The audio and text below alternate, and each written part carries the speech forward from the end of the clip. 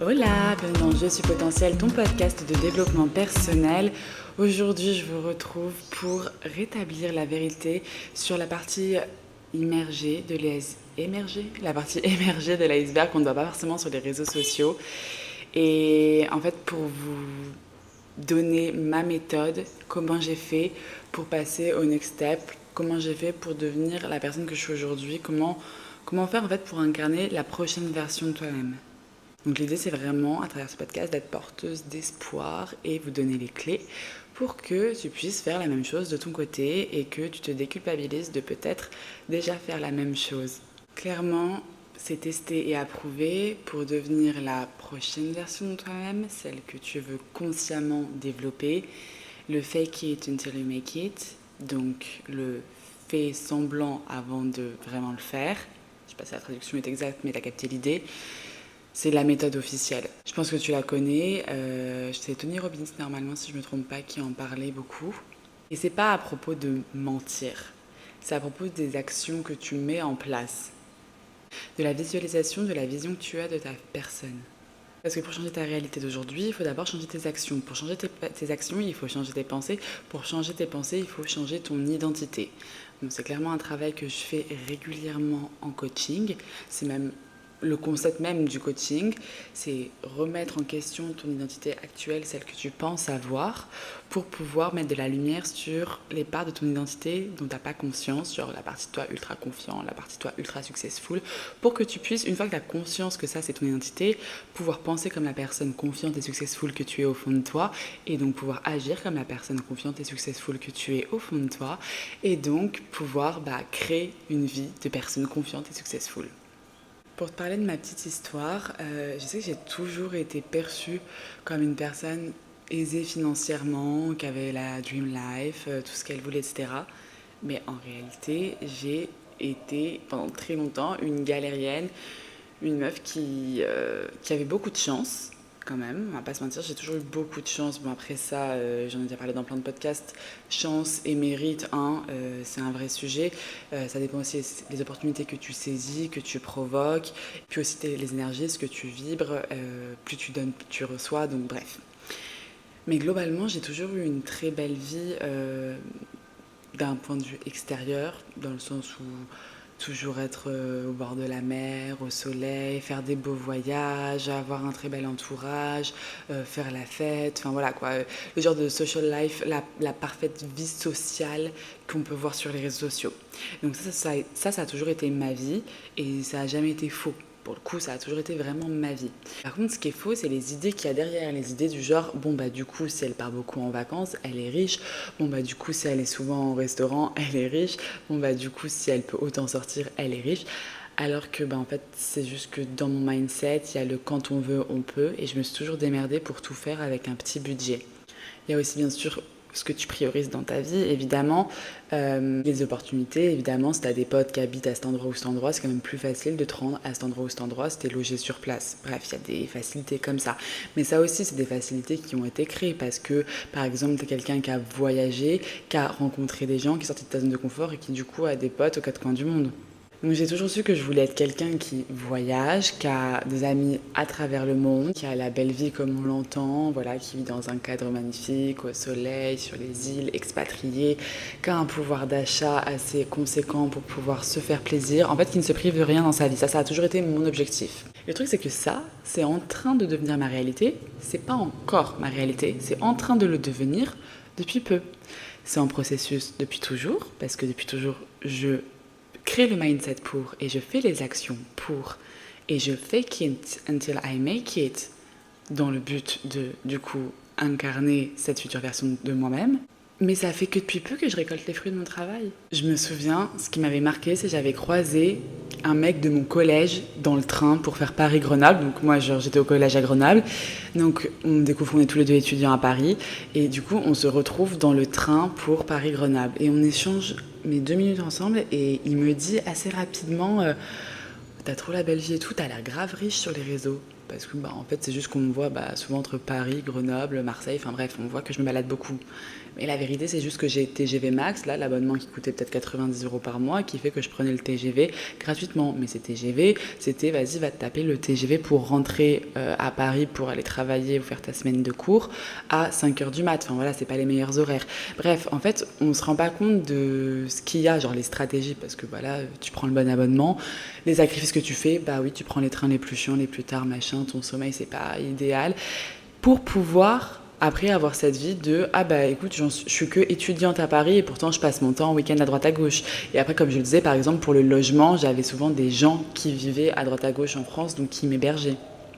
Parce que si je dois parler de chiffres, par exemple, à l'époque où j'étais encore étudiante et que je vivais à Paris, je gagnais un très très bon salaire pour une alternante, parce que j'étais dans une grosse boîte, donc je gagnais 1600 € par mois. Mais 1600 € par mois à Paris, quand tu as un loyer qui coûte 1000 €, il te reste 600 €. Bon voilà, vous connaissez, hein, on paye les charges, etc. Et tu payes ta bouffe, il reste plus grand chose. Et pourtant, on m'a toujours vu show up dans des très belles soirées, avoir la belle vie. Ça, c'est parce que j'ai toujours su quel type de vie je voulais mener. Bon, évidemment, c'est évolué depuis. Là, je parle d'une époque d'il y a environ 3-4 ans. Mais voilà, j'ai toujours su quelle vie je voulais mener. Et du coup, coûte que coûte, je me débrouillais pour la mener. Même si c'était version galérienne, version cheap. Voilà, peut-être prendre des trains à l'aube.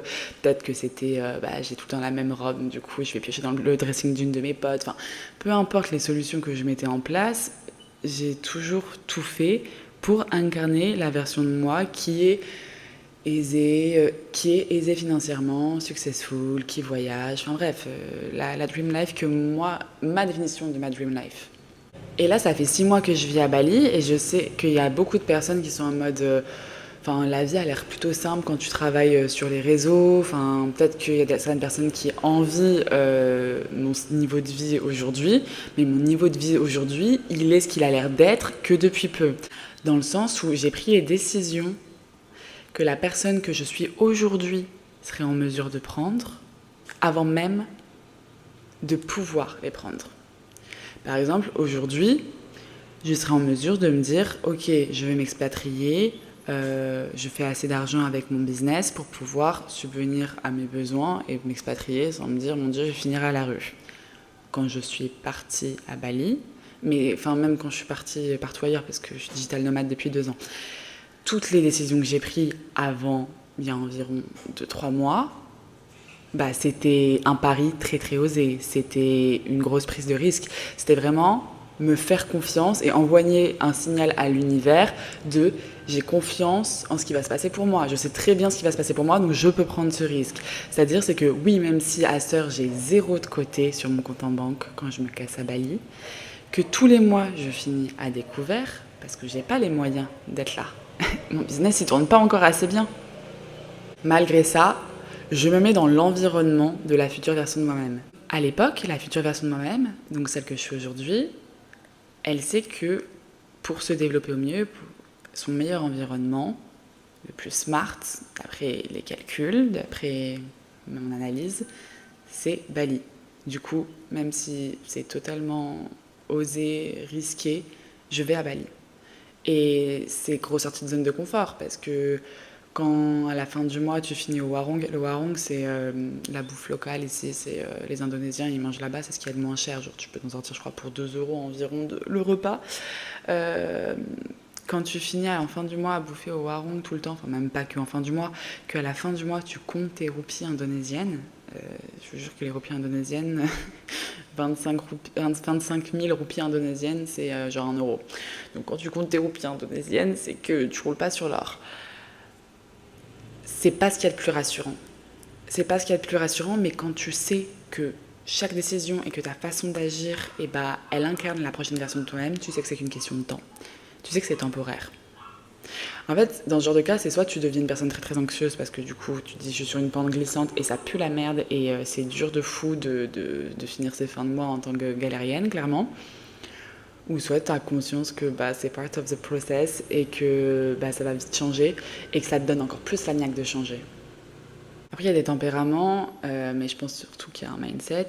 Il y a des personnes, tu les mets dans le dur, ça va plutôt les figer, Ça va les faire angoisser et au contraire, ils vont cracher par exemple leur business au lieu de du coup le faire level up au niveau où ils veulent le faire level up. Moi, j'ai toujours été quelqu'un qui fonctionne bien à l'urgence, qui fonctionne bien au deadline parce que j'ai une bonne gestion du stress, ce qui m'empêche pas de stresser et d'être angoissée parfois, mais j'ai une bonne gestion parce que j'ai construit le mindset qui supporte ces prises de risques-là. C'est-à-dire vraiment une confiance en moi béton, comme quoi, en fait, rien ne peut m'arriver de grave. Genre, je peux me relever de tout, je suis en mesure de créer de l'argent, je suis en mesure de créer les opportunités, tout dépend de moi. Donc en gros, pour refaire la petite histoire, je me suis mis dans l'environnement de la prochaine version de moi-même. J'ai agi comme la prochaine version de moi-même. À l'époque, j'avais pas beaucoup de coachés, etc. Mais j'agissais, je communiquais sur les réseaux sociaux, je prenais la parole devant ce micro, j'allais à des soirées où je rencontrais des personnes en incarnant cette coach successful que je voulais devenir. Et avec le temps, c'est ce que je suis devenue. Je suis encore en chemin, je n'ai pas encore atteint mes objectifs, j'en ai atteint certains, mais voilà, j'ai encore des objectifs plus élevés. Je suis encore en train de fake it until you make it, même si je suis déjà devenue cette version-là de moi plus qu'il y a 6 mois. Mais voilà, c'est juste pour te faire te rendre compte que c'est vraiment toi qui décides qui tu vas devenir. Et ça, c'est à travers tes pensées et tes actions. Si avant chacune de tes décisions, avant chacune de tes actions, tu te demandes comment agirait la personne que tu veux devenir, c'est la meilleure façon de le devenir. D'ailleurs, le fake it until you make it, pour qu'il soit plus puissant, je pense qu'il faudrait le transformer en fake it until you become it. Donc, fake it, fais semblant, pas jusqu'à ce que tu le fasses, mais jusqu'à ce que tu le deviennes. Parce que comme tout part de ton identité, c'est qui tu es, comment tu te perçois, c'est de par ces pensées-là, de ton identité, que tu agis. En gros, t'es pas quelqu'un de confiant, fais genre t'es confiante, genre agis comme une femme confiante, tu regardes comment elles font les femmes que tu définis comme confiantes, je sais pas, leur gestuelle, leur façon de parler, qu'est-ce qu'elles osent faire, est-ce qu'elles vont demander un numéro à un mec qui leur plaît, blablabla. Et tu fais tout pareil. Et au début, ce sera du fake, parce que ce sera pas du tout naturel et tu seras en PLS de le faire et tu devras te chauffer de fou, peut-être boire 2 shooters d'alcool, j'en sais rien ce que tu vas faire, mais tu devras vraiment sortir de ta zone de confort. Sauf qu'à force de le faire, ça va devenir toi, ça va devenir ta norme. Et du coup, tu auras step up dans la prochaine version de toi-même. En fait, dans ce podcast, je voulais vraiment rétablir la vérité parce que j'ai jamais menti, genre j'ai jamais fait genre je fais des millions grâce à mon business. Enfin, de toute façon, je suis même pas coach business, donc j'ai aucun intérêt de faire genre je fais des millions. Enfin, ça n'a jamais été ma prétention. Moi, ce sur quoi je suis en place et ce que je vous partage depuis toujours, c'est justement le mindset. Le mindset pour devenir la personne que tu veux devenir. Le mindset pour tout oser dans ta vie. Le mindset pour être à ton plein potentiel. Le mindset pour être sans limite. Le mindset pour te régaler, pour avoir la best life. Et ça, du coup, comme tu peux l'entendre et en témoigner, c'est un peu ma spécialité. Et du coup, aujourd'hui, ce que je te partage, c'est vraiment une des clés de comment j'ai fait pour que ce soit ma spécialité qui fait la vie. Mais je me suis rendu compte au cours de conversations récentes, aujourd'hui, du coup, je suis dans une étape de ma vie qui est plus facile parce que j'ai avancé sur mon chemin par rapport à mes objectifs. Et parfois, quand je discute avec des gens, j'ai l'impression que c'est genre comme si c'était ma norme depuis toujours. Genre, on va me parler un peu en mode oui, tu t'incarnes tellement ton message, du coup, évidemment, tout le monde veut travailler avec toi. Enfin, genre, c'est une évidence. Oui, toi, il n'y a pas de souci, hein, tu fais ton chiffre d'affaires. Enfin, genre, c'est pas un sujet, c'est plus du tout. Enfin, c'est pas un sujet pour les gens, le fait de réussir, par exemple, de vivre de mon métier passion. Alors que. Ok. Ça a été mais genre le plus gros challenge au cours de cette dernière année. Waouh, l'entrepreneuriat, faut des bonnes couilles quand même, hein, faut les poser sur la table, hein. L'incertitude, notamment financière, si t'es pas prêt à gérer ça, t'es en PLS, hein. Et du coup, comme j'ai toujours incarné cette future version de moi-même qui gère les bails, il y a plein de gens qui pensent que je gère les bails depuis toujours, que genre je me suis lancée et que c'est tombé du ciel, alors que jusqu'à peu, j'ai galéré de fou pour pouvoir créer du coup une entreprise rentable dans laquelle je m'épanouis, enfin être une chef d'entreprise épanouie, on va dire. Et c'est récent. Mais du coup, c'est vrai que ça me dérange un peu. Enfin, ça m'a réveillé un peu ce syndrome de l'imposteur, de réaliser que pour certaines personnes, ils pensaient que c'était arrivé un peu tout cuit dans le bec pour moi. Bon, ça arrive pour personne tout cuit dans le bec, il y a toujours du travail, mais voilà, il y a des gens qui ont un process plus ou moins long, qui galèrent plus ou moins. Je vais pas dire que j'ai pas galéré. Il y en a qui galèrent pendant 5 ans. Bon, voilà, moi j'ai bossé comme une malade pendant 1 an environ avant de pouvoir vraiment vivre de mon activité. Mais c'est pour dire la qualité du fake it, c'est-à-dire que j'ai tellement incarné la future version de moi-même à travers mes messages que les gens pensent que ça a toujours été une évidence pour moi. C'est donc le message que j'envoyais aux autres, c'est donc le message que j'envoyais à l'univers, c'est le message que j'envoyais à moi-même. Donc ce podcast, c'est vraiment ton signe pour prendre des décisions alignées avec la personne que tu veux devenir. Pense, agis comme la personne que tu veux devenir. Dans la limite du raisonnable, dans la limite du possible. Je te dis pas non plus d'aller faire du shopping chez Dior si t'as 20 € sur ton compte en banque, mais voilà, si pour toi, une femme successful, la CEO que tu veux devenir, elle a une skincare, elle prend soin d'elle, aujourd'hui, tu vas pas te voir dans le miroir et pas te calculer et rester les cheveux en vrac au réveil, sans te laver les dents, en pyjama. C'est pas l'image que tu as de la CEO successful, c'est pour toi, quand tu seras une CEO successful, tu seras apprêtée, tu seras coiffée, tu auras une skincare, blablabla, et bah tu fais pareil. Qu'on s'entende bien, ce processus, il est inconfortable. Je te demande de penser et d'agir comme quelqu'un que tu n'es pas. Du moins que tu n'es pas encore. Parce que si ça t'attire, c'est que tu l'es déjà au fond de toi, tu l'es déjà dans une autre dimension. Bon voilà, on va pas parler d'espace-temps, mais t'as capté l'idée. C'est ultra inconfortable, mais d'un autre côté, quand tu vas le faire, tu vas sentir que t'es sur la bonne voie. Tu vas sentir que t'es plus aligné avec toi-même. Mais du coup, si on doit faire quand même ça sous forme d'étapes, il faudrait déjà savoir qui c'est que tu veux devenir, quelle vie tu veux avoir. Il faut être trop clair sur ta vision. D'ailleurs, ça, c'est le premier exercice que j'ai fait faire au coaché de mon coaching Révélation. C'est mon coaching de groupe mindset, formation mindset sur comment avoir un mindset de vainqueur pour plier le game et vivre de son activité. Et vraiment, premier step, la vision. Faut vraiment avoir une vision claire. Si tu sais pas où tu vas nulle part. Ensuite, te challenger à travers des petites actions au quotidien, même si c'est des petits trucs. Je sais pas, par exemple, la future version de toi-même, peut-être qu'elle boit pas son café au réveil sur un estomac vide, mais qu'elle boit son café à 10h après avoir fait son journaling. Voilà, bon, je pose ça là. Voilà, peut-être qu'il y a une morning routine à adopter. Enfin, c'est des petits trucs où vraiment tu vas te sentir incarner la future version de toi-même. C'est toi qu'il faut convaincre. Donc au début, tu vas peut-être te regarder un peu de travers en mode tu fais trop genre. L'auto-jugement va sûrement venir, mais persiste.